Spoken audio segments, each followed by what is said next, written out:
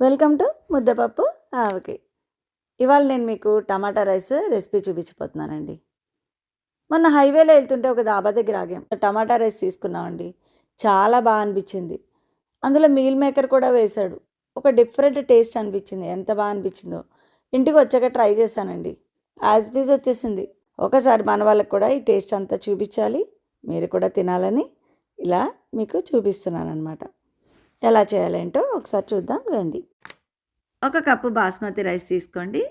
చక్కగా దాన్ని శుభ్రంగా వాటర్ పోసేసి కడిగేసి 1కి 2 చప్పున నీళ్లు పోసేసుకుని ఆ రైస్ని అలాగే పక్కన పెట్టేసేయండి.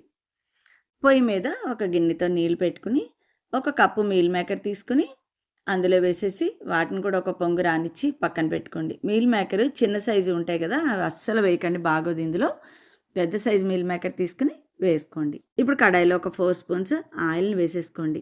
వేసుకుని అందులో ఒక 5 లవంగాలు, చిన్న దాల్చిన చెక్క ముక్క, ఒక పెద్ద ఇలాచి, చిన్న అనాస పువ్వు, 4 ఇలాచి అలా వేసేసుకోండి. వేసుకుని అవన్నీ చక్కగా బాగా వేగే వరకు నిదానంగా వేయించుకోండి. అందులో ఒక స్పూన్ అల్లం వెల్లుల్లి పేస్ట్ని వేయండి. అల్లం వెల్లుల్లి పేస్ట్ మాత్రం పచ్చివాసన పోయే వరకు నిదానంగా వేయించుకోండి, లేదంటే ఆ ఫ్లేవర్ మిస్ అవుతుంది. చక్కగా అందులో ఒక 2-3 పచ్చిమిరపకాయలు చీలికలు చేసుకుని వేసేసుకుని అలాగే ఒక కప్పు ఉల్లిపాయలు కూడా సన్నగా తరుక్కుని వేసేసుకోండి. అన్నీ కలిపి నిదానంగా సిమ్లో పెట్టేసుకుని దోరగా చక్కగా వేగే వరకు వేయించేసేసుకోండి. ఇప్పుడు అందులో 1 టేబుల్ స్పూన్ ధనియాల పొడి, 1 టేబుల్ స్పూన్ జీలకర్ర పొడి, అలాగే 1 table spoon garam masala, 1/2 table spoon పసుపు, 1 టేబుల్ స్పూన్ కారం వేసేసుకుని చక్కగా అన్నీ కలిపి నిదానంగా మసాలాలు అస్సలు మాడిపోకుండా వేయించండి. మసాలాలు మాడిన ఫ్లేవర్ అస్సలు బారాదు.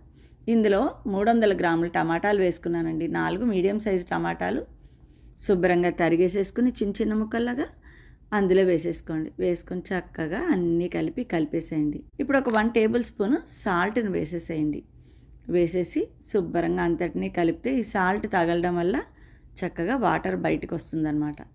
ఇప్పుడు ఇందాక మనం ఉడకపెట్టి ఉంచుకున్న మీల్ మేకర్ని గట్టిగా పిండేసి అందులో వేసేసుకోండి. వేసేసుకుని అన్నిటినీ శుభ్రంగా కలిపేసేసుకుని మూత పెట్టి దాన్ని అలాగా ఒక 10 నిమిషాలు కదపకుండా వదిలేయండి. ఈ టమాటాలోంచి నీరంతా బయటికి వచ్చి ఈ గరం మసాలాలు, ఉప్పు, టమాటా ఇవన్నీ కలిపి మంచి ఫ్లేవర్తో ఈ మసాలాలతో ఉడికిన నీళ్ళన్నీ మీల్ మేకర్ పీల్చుకుంటుంది.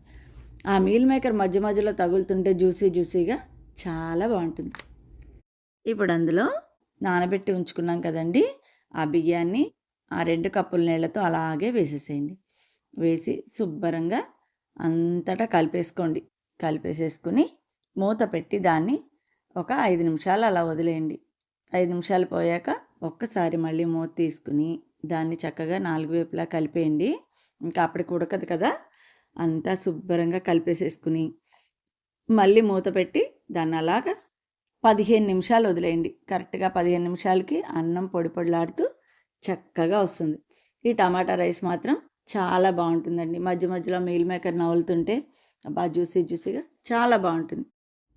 లాస్ట్లో కొంచెం బటర్ కూడా వేసుకుని కలుపుకోండి. ఆ ఫ్లేవర్ దానికి చాలా బాగుంటుంది.